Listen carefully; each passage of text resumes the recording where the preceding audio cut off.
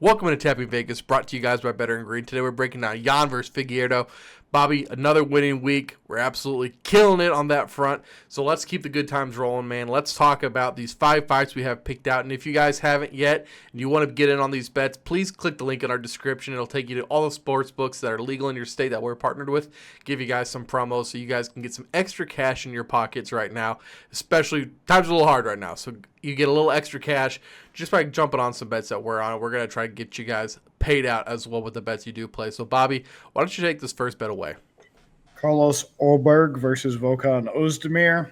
So, very interesting fight. Ulberg.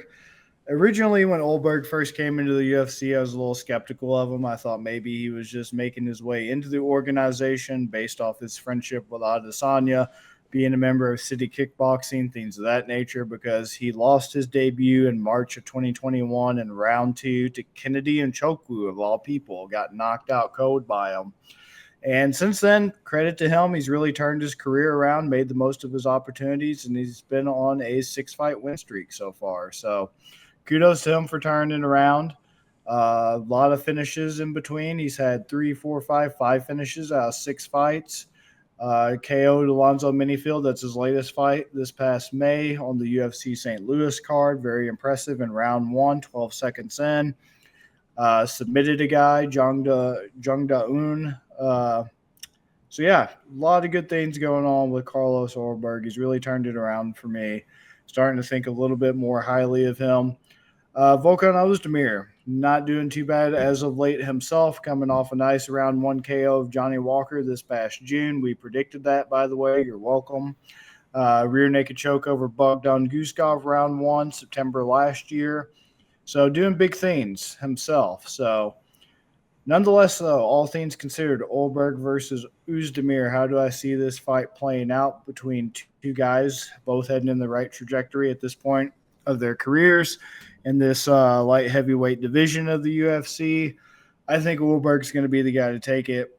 I think that he's the more talented striker. It's going to be primarily a striking affair. They're both going to keep it on the feet. There's not going to be any grappling.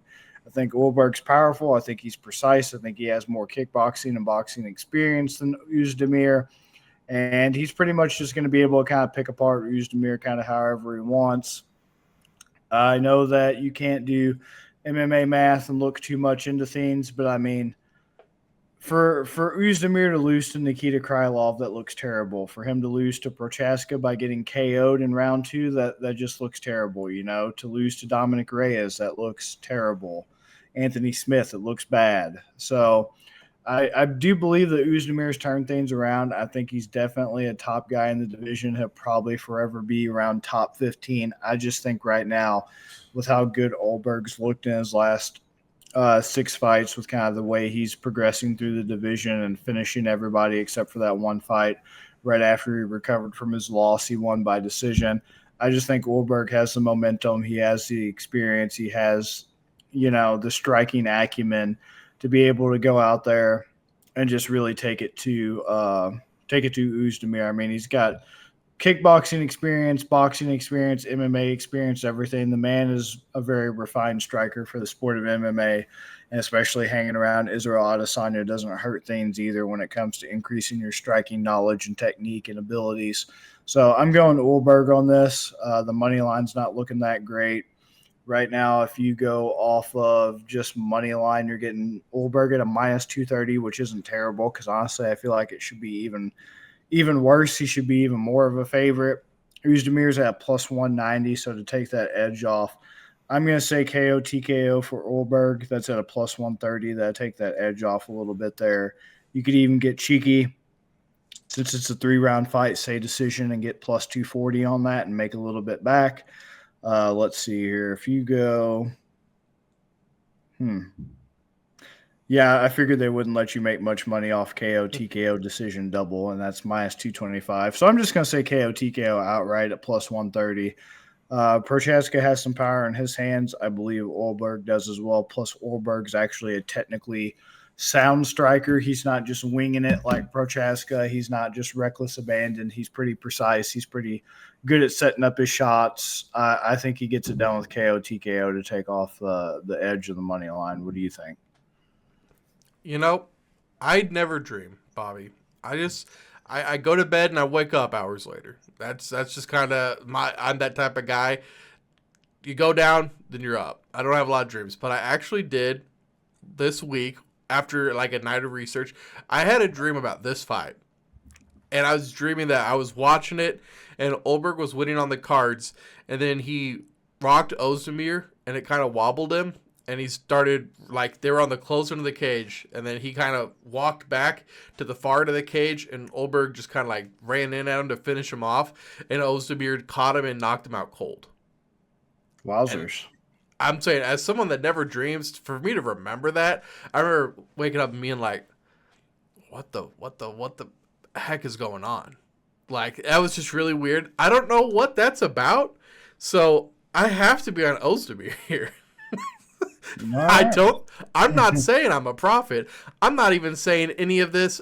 Obviously, none of this is backed by any stats or anything. It's just, I had a weird dream the other night, and I don't know what to do with it. So I'll go Oezdemir. I'm going to take him.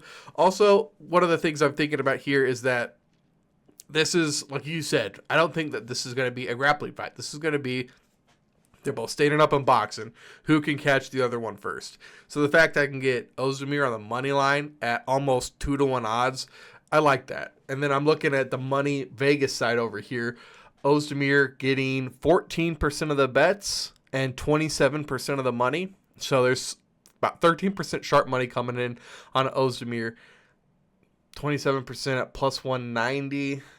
Yeah, I mean, that's actually pretty good for Vegas because either side, they're not losing too much. So, yeah, I guess the Vegas side isn't as bad, but the fact that it's not the public side, and like I said, what that do? 73% of money at the minus 230. Yeah, I'm going to be on Oezdemir here just on the money line. That's fair. I get it. If he does win and he gets the knockout, I'm going to wear a coat of just so many colors next week. Beautiful. Beautiful. We're going biblical on Tapping Vegas. Right. Let's talk about this next fight, Bobby. We got Cong Wang versus Gabreilla Fernandes. Don't get her confused with her brother Dong Wang. Dong Wang. Yeah, Dong Wang, man. Dong Wang, minus 950. You don't usually see a line that high. I mean, John Jones wasn't that high over Miocic last week. Guys, that's huge. That is huge for a women's fight. That means that they know something. And right now, you can get the over, which is a little weird. You can get the over at minus 175, under 2.5 at plus 135. So they're thinking it's going to go over that, but Cong just has so much power, dude. Cong has so much power. She punches hard, and that's one of the things, too, why we're seeing so many decisions in women's MMA. As long as I've been doing that article, I think 2 or 3 haven't ended by decision in the last over a month. I believe I've been doing that. I think this is going to be the 6th card of me doing this. I think we did miss one because they were in Saudi Arabia and there were no women fighting on that card. Weird how that works. I wonder why that would be. But yeah, so I'm going to say this one doesn't go to decision. I just think Cong has that power that we rarely see. A lot of the times they do get finishes, and I believe maybe all 3 of them have been submissions. Could be wrong. Go back and fact check that if you guys are interested. But I'm going to take Cong on the knockout. Dang. I can get Cong on the knockout at plus 250. You can get Cong, but the decision at minus 120. If you could do KO decision, it's minus 450. So it's still taking quite a bit off of that minus 900 number. But I'm just going to do the Cong by, geez. I wish decision was a horrible number. The minus 120, like, kind of pulls you in. It's a little enticing. Oh, that kind of scares me off the KO, too. Because I think a lot of people might be thinking like me, thinking like she's got that strength, knockout, go at the plus 250 and get the extra money, whereas the minus 120 would just be easy for the taking. You're just saying this lady that's a big favorite is going to win by decision, and that will work out for you how many times? 80% of the time. That seems probably like the way to go. Shoot. I You're just not getting good odds. You're not. You're not. I'll listen to what you have to say, and then I'll make my final decision. I mean, I don't really have much to say. You pretty much described everything pretty much perfectly. Kong Wang definitely is being set up as a marquee fighter on this card to be able to show off her talent. This is her second fight in the UFC. This past August, KO TKO round 1 over Victoria Leonardo. I mean, I've been hearing about her for a while. Her nickname, the Joker, is something that stands out. Mm-hmm. And she's pretty much been absolutely on a tear. She is just won no contest, it looks like, in the very first fight. No, it was a decision in kickboxing. So that doesn't even count because she started off as a kickboxer. So she has a lot of striking prowess and experience there. Transitioned over to MMA 2 years ago, it looks like. And so she's very young in her MMA career. She's only had 6 total fights. This is only her 7th MMA fight period, but good amount of kickboxing experience. Has won from a rear naked, a head kick, a guillotine, right cross in the UFC. Good to see that power translate. So, yeah, it sucks because you're not getting good odds on this either way, whether you go KO, TKO, or whether you go sub. Nothing's really taking the edge off, but the only knock against Cong is she's 32, so it's a little bit older for a female prospect in this division, but it's not anything crazy considering she doesn't have all that wear and tear and she doesn't have all the injuries and everything else from a long career, so that's good. Gabreilla, Fernandes, they're both the same height. They're both 5'6". She's 31, not a huge age gap, both 66-inch reach, both supposed to be weighing in around 125. Fernandes, been in the UFC since 2023, lost her debut, lost her second fight, barely won a split decision against Carly Judice this past June. So, I mean, this is pretty much a cherry-picked fight for Kong Wang, like I said, to kind of show off her skill set, start to build up a name for her and appeal to that Chinese audience on a big China card. So, I mean, it just sucks on methods. So, she's going to win. You're not getting much on methods. It's really a crapshoot. Yeah, I think I switched to the decision here for -120 because looking at all the losses, Gabriel Fernandes only has 3 losses. They've all been by decision. 3 KOs, 2 subs, 4 decisions in her career. Looking at Wang, 2 KOs, 2 subs, 2 decisions. So she's won 2 in every method. So it's just take your pick. And I feel like that plus 250 is just sitting, excuse me, is just sitting out there as a trap. And I'm like, you know what? Maybe it is like to get it in front of the home crowd, but a lot of these fights that we've seen going one way, just like even last card, we thought they would end in a finish, and they just didn't. So you know what? -900 kind of implies that she's going to get the KO sub, but I'm going to say Kong by decision. Is that your pick too? Are you by decision? Yeah, I'll just roll with decision, like you said. I mean, it would really prove that Kong would be what she's marketed to be and proclaimed to be right now. She could go out there and get the finish, but it does seem like what you were saying, based off the history of only losing by decision for the majority of her losses, Fernandes does seem a bit tough to put out. Yeah, absolutely. Also looking at the money, 0% of sharp money coming in on either side. This is just everybody's just piling in on the favorite. 91% of bets, 91% of money. On Kong Wang, what is the line set at? Exactly as you expect, -950. So Vegas is doing an excellent job. Not very surprising. No, not at all. Not at all. So this one just kind of a clear-cut fight. If you want to take methods and be dangerous like us, I mean, the KO decision is probably the safer bet, but it's at -450, so you're still not getting paid out there. Right. All right, Bobby, why don't you take this next fight away, man? Kenan Song versus Muslim Salikhov. So Muslim Salikhov was a guy I used to be very high on. Used to really think he was going to make some waves in the welterweight division. Hasn't really panned out because he was doing really well when he came into the UFC after he lost his debut to Alex Garcia. He redeemed himself. And he's been around for longer than I thought. You know, he's been around since 2017 when he made his debut.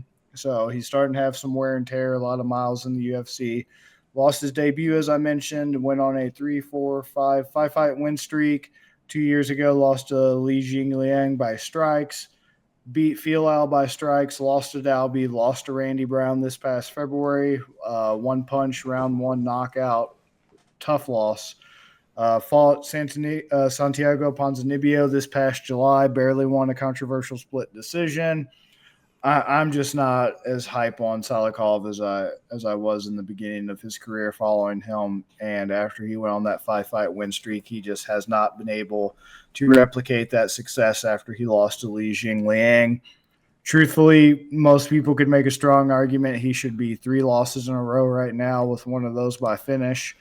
I wouldn't be able to put up much of a counter to that. Right. I mean, the last time he won, if that was the case, would have been 2 years ago at this point, last November, when he beat Filal by strikes. It's just not looking good for Salikhov. Kenan Song, once again, by no means a world beater himself, as evidenced by his record. I mean, I first started following him and kind of really paying attention after he had the Ian Machado-Gary fight last March, and he actually was very competitive in that whole fight with Ian Machado-Gary until he finally lost to punches in round 3 towards the end.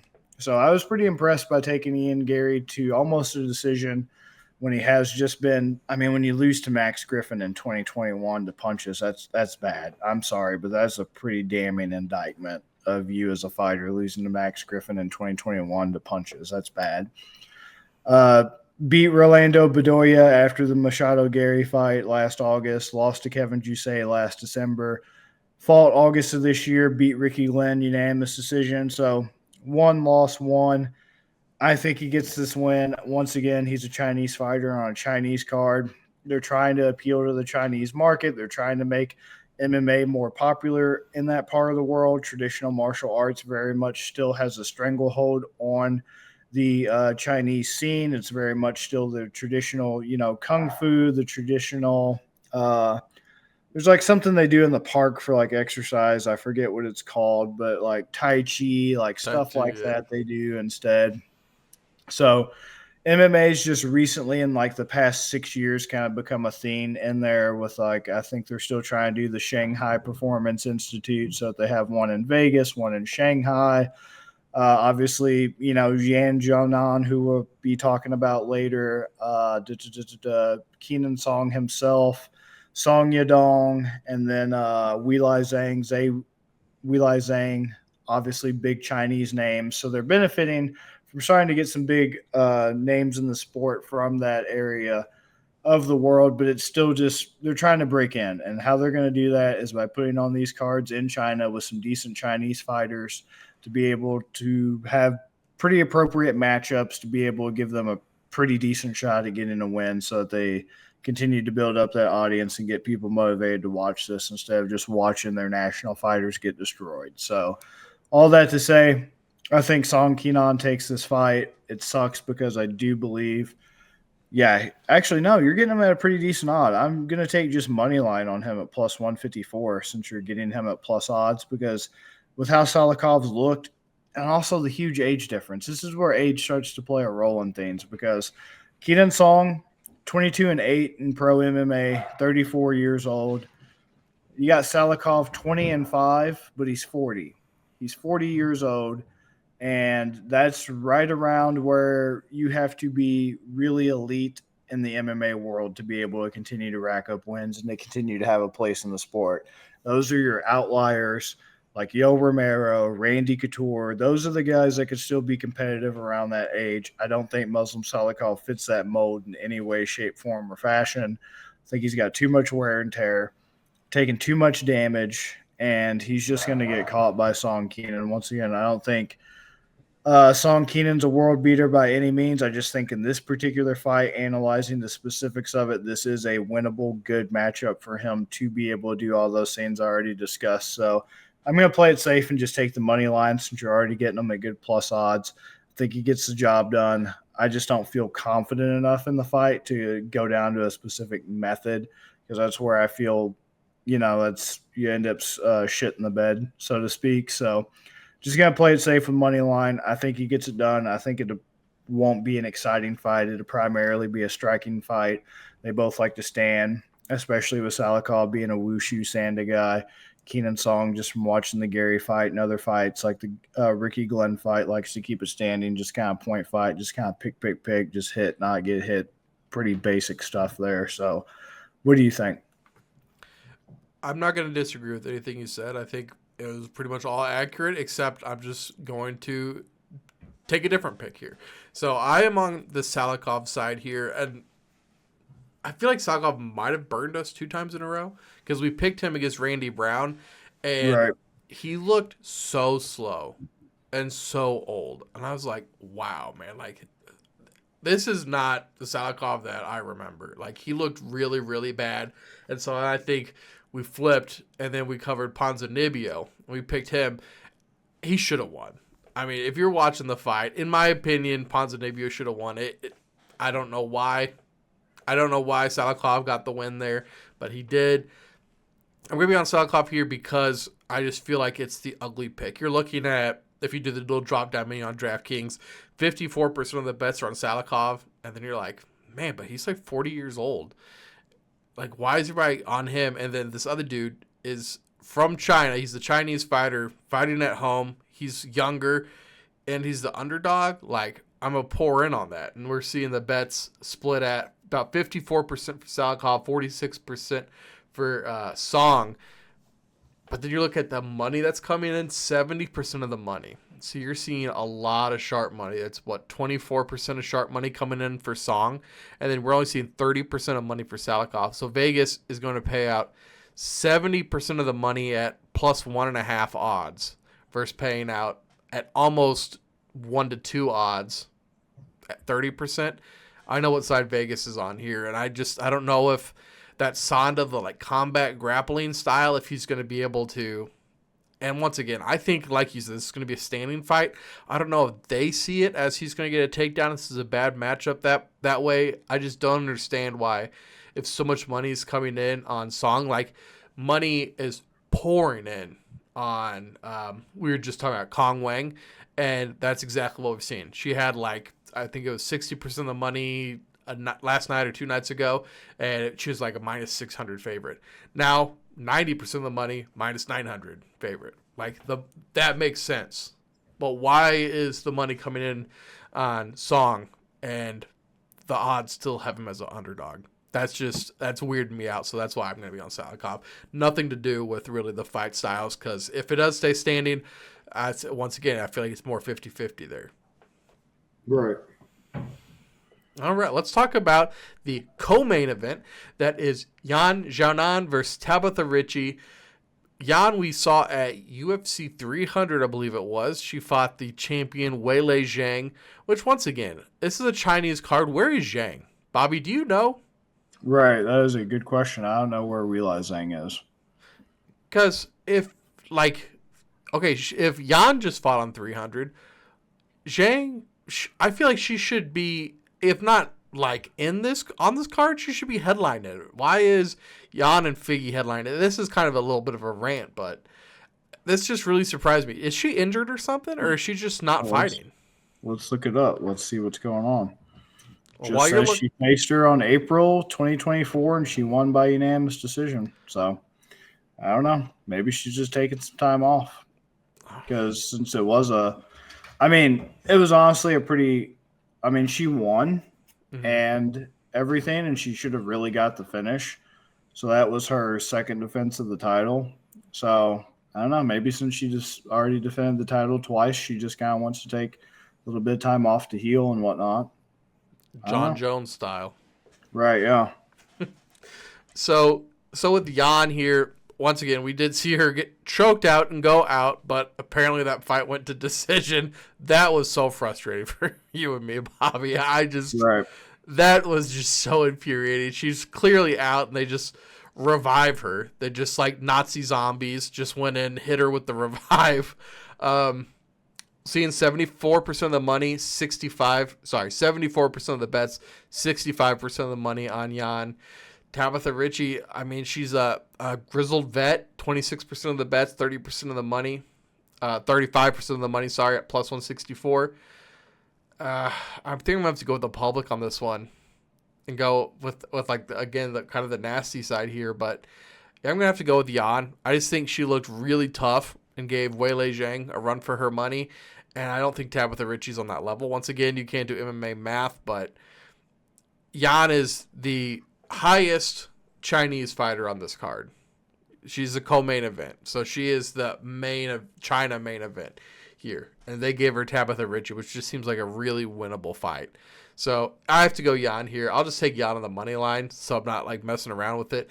Yan decision probably. I believe this is a 3-round fight, so it's a Yan decision probably. If not decision, then the knockout. I doubt it. I bet it's the decision, but let's see. Let's look that up real quick. What is her decision? Her decision is minus 120. So you're not even, you go from minus 198 to minus 120, and you're getting rid of 2 other methods. So yeah, minus 198 money line for me. Yeah, I can't really disagree much with this. You pretty much described it all perfectly. I mean, she lost her debut, Ricci did, to Manon Fiorot. No shame in that. June 2021, round 2 punches TKO. Beat Maria Oliveira, beat Poliana Viana, Jessica Penne, Julian Robertson lost to Godinez, and split decision with Tisha Pennington. That's concerning, unless it was a robbery. I didn't watch that fight, so I don't know. Beating Angela Hill doesn't faze me. I just don't think she's got much for Yan Xiaonan. Like you said, Xiaonan took Weili to a very, very she basically put up a very big, pretty good, strong fight against Zhang Weili. It wasn't like she just got railroaded. Yes, it should have been a finish, at least on 2 separate occasions, had it not been for ref incompetency. But nonetheless, I mean, she just looks like she's going to be right there, pretty much neck and neck with Weili Zhang. I mean, strawweight has 2 phenomenal female Chinese fighters. And, I mean, she's been in the UFC for longer than I thought. Once again, shocked that she made her debut in 2017. But, I mean, she's just been on a tear. She was on a 6-fight win streak before she finally lost to Carla Esparza 3 years ago. It was a pretty brutal loss. Lost to Marina Rodriguez, no shame there. She's just a really good striker. She got pieced up 2 years ago in that fight, but she beat Mackenzie Dern. She beat Jessica Andrade and knocked out Jessica Andrade. That's impressive. If you don't beat Jessica Andrade by decision and you actually go out there and knock her out, that is crazy. That is very impressive accomplishment there. And then, yeah, the close fight with Weili Zhang. So I don't have anything to add. I'm 100% with you on everything, method, all that jazz. You pretty much described it perfectly. Perfect. And if Tabatha Ricci is losing to Manon Fiorot, that is just French version of Yan Xiaonan. Yeah, pretty much. They're exactly the same. Yeah. Bobby, you get to break down now the top fight, the fight of the night, the headlining event. So Petr Yan versus Deiveson Figueiredo. I'm another guy that I really like, Petr Yan. Been a huge Petr Yan fan. Still a Petr Yan fan. It's just he's had a rough go of it. And the rough go all started with the first Aljo fight when he was DQ'd for the illegal knee. He went on to beat Corey Sandhagen in his next fight, October 2021. Just masterclass over Sandhagen. Just dismantled him, picked him apart standing, played him at his own game. And I was like, wow, this guy's back on top. Never going to lose the belt anytime soon. Immediately April 2022, lost to Aljamain Sterling. Lost to Sean O'Malley. That was a very controversial split decision. Aljamain Sterling was split, but not nearly as controversial as the Sean O'Malley fight, October 2022. Merab just absolutely destroyed him. So 3 losses in a row. Came back March of this year, fought Song Yadong. Finally got back in the win column March of this year. And he had some type of ACL, MCL, some type of injury along those lines after that fight. Had some surgery, got it repaired and everything. And then now he's coming back. A groin muscle injury and an ACL and meniscus. Yeah, tore his ACL and meniscus in that fight against Yadong. Ended up still winning the fight anyway. Took some time off to get surgery, heal up. Coming back now, April of this year. I'm a little concerned he's rushing back from ACL and meniscus injuries a little too fast. If that happened all in the middle of the fight in March, yet he was still able to pull out the win. He's feels like to me he's just coming back too fast. I mean, it's not the same as football, but it usually takes guys playing football until the season after to finally get back to form. This is concerning. Plus, he already came into that fight with a groin injury, as I mentioned. It just seems like he was really banged up, and he should have just taken a little bit more time off. Coming back against Figueiredo, very dangerous fight for him. So that's kind of the silver lining, I guess, to the Petr Yan losses is, yes, he's had some rough losses, but it's not the bums by any means. Aljo was the champion. O'Malley would go on to be the champion. And, yeah, he's not losing to bums, but it's still concerning in its own right, man. Yeah, Aljo, O'Malley, Merab's the champion. So he's only ever lost to literal championship quality fighters. So there's a little bit of comfort there, but Figueiredo's looked really good since he's moved up to 135. There were a lot of questions about would the power translate? Would he be able to still have cardio? Would he still be able to keep up with guys that, you know, he doesn't have as drastic of a weight advantage over? And so far the answer's been yes. So far the power's translated. He can keep up with guys even though he doesn't have that weight advantage, because a lot of people were considering him a weight bully at the time. And his power itself has still managed to stay up there. His cardio's looked fine. He's been pretty darn good considering how he beat Marlon Vera, unanimous decision pretty handily, choked out Cody Garbrandt, unanimous decision over Rob Font. Anytime you stay striking and standing with Rob Font and you can outstrike him, and just that power makes a difference over the technical, pretty crisp, good boxing that Rob Font has. That's always encouraging. So, yeah, he's on a 3-fight win streak against some pretty damn good names since moving up. Other than the rear naked over Garbrandt, though, he's not really getting the finish from KO TKO like he was in flyweight, but I feel like it's going to be coming sooner rather than later. Do I think it's going to be this fight? Normally I'd be on Yan, but here's what's throwing me off with being on Yan on this, and it's not just because I'm a Yan fan. I also like Figgy. I'm a Figgy fan as well.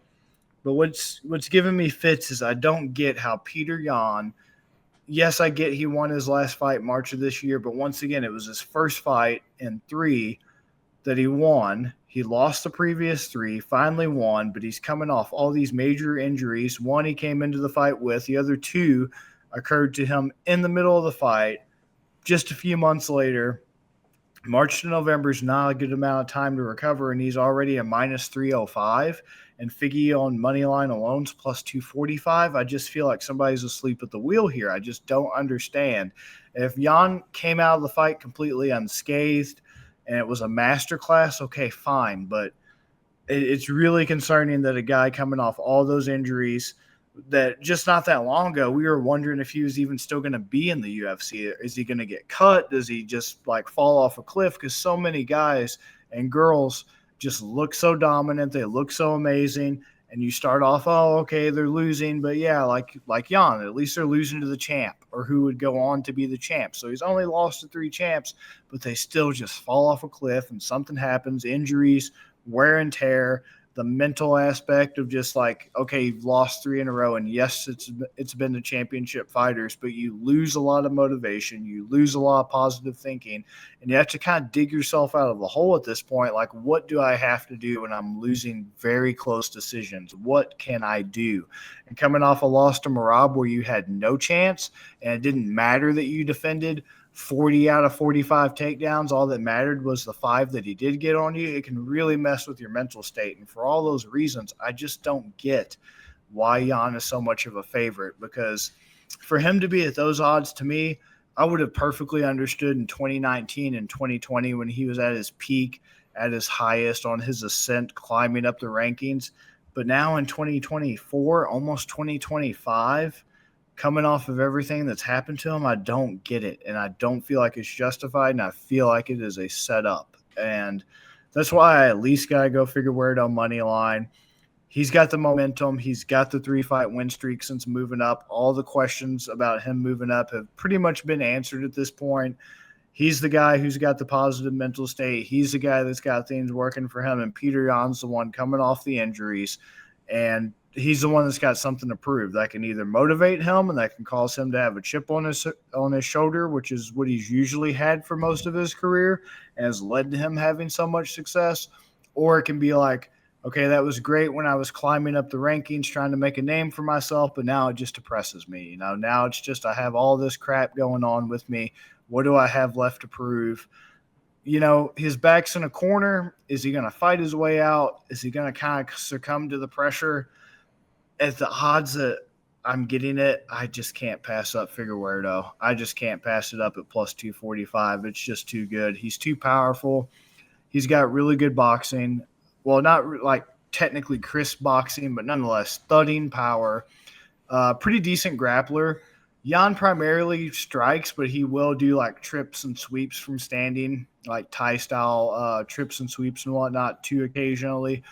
Force a fight to the ground. But even there, Figueiredo is really good at hip escapes. He's really good at it. If he wants to get back up to his feet, he's going to do it. If he wants to grapple with you, he will allow it to happen.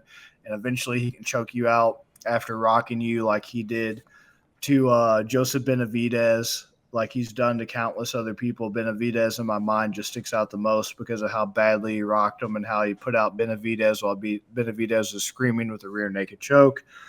I mean, everything to me just says, why is Figueiredo at a plus 245? I just do not get it. This isn't 2020. This isn't 2019. I just can't pass it up with the power that Figueiredo has, the ability to be able to do whatever he wants grappling if it comes down to grappling.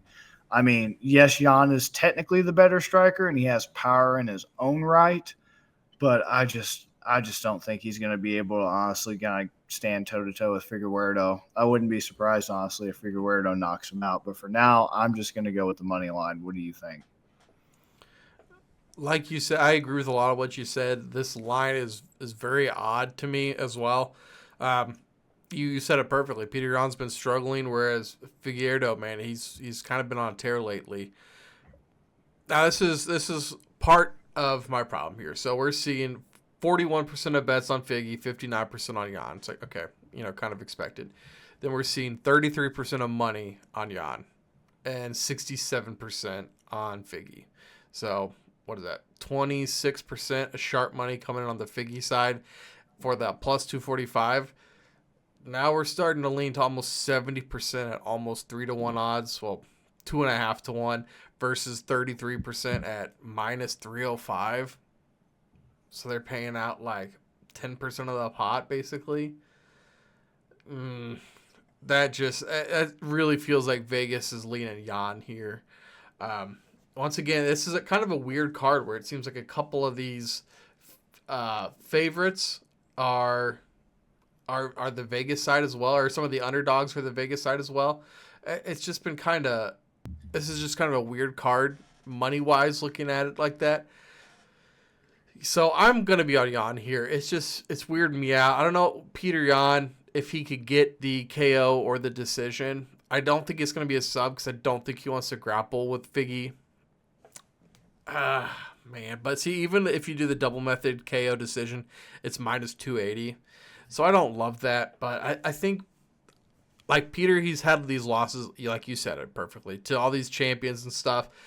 And could he still be injured? It's like kind of, but also I feel like, I don't know. I trust Yan. If he's going to be stepping in the cage with Figgy, I think he's good enough to get the win, or at least in his mind, good enough to get the win.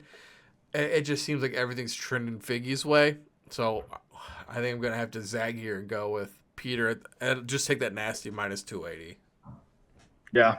I might even come back to this for Haymaker, but I could see Petr Yan getting it done. I don't blame you. It's just, once again, as one of his biggest fans ever since he came into the UFC, obsessed with his career, huge fan, absolutely destroyed by the Aljo losses and everything else, outraged at the O'Malley fight. Like, I got to see signs of life before I go back in on him. And at this stage of his career, he's got a lot more to prove than, he's got a lot more to prove to me at this point. So, I mean, I don't blame you.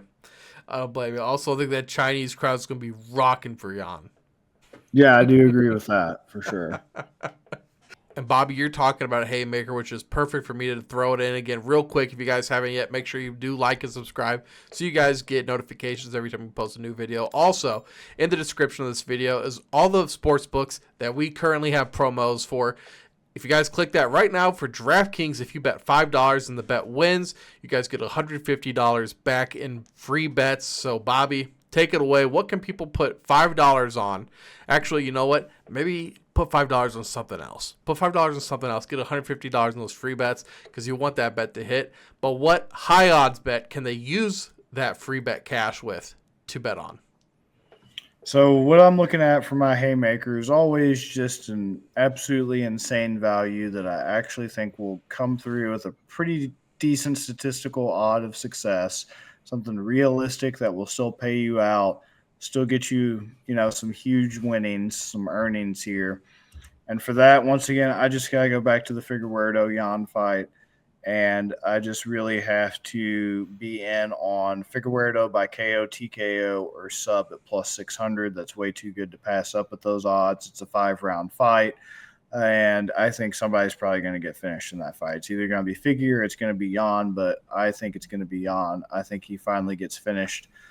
I think it's going to be, if he does, it would be his first finish loss in the entire UFC, which would be quite the accomplishment for Figueiredo. So let me double check that right quick. But yeah, at plus 600 for a KO, TKO, or sub for Figueiredo, it's too good to pass up. And yeah, it'd be the first time he's ever been finished, not only in the UFC, but in his entire career. And as much as I like Yan, unfortunately, everybody's career has to go down at some point. This might be the end of his career. So that's what I'm rolling with. All right, man. I like it. I like every time that we can get on one of these big plus odds to hopefully cash out some money. And we've hit on ones this size and bigger before. So I have optimism that we can do it again here, buddy. And if you guys haven't yet, please check out bettergreen.com. That's better, BETTOR green.com. We have a ton of articles over there. Bobby is doing a bunch of fantasy football stuff. He does MMA stuff. I have new DFS articles, and I track women's MMA over there as well. Seeing how that plus 3.5, does it really help you with the sports books? Right now, turns out no. So follow along with us over there, and we will see you guys in the next episode. Peace, guys. Peace.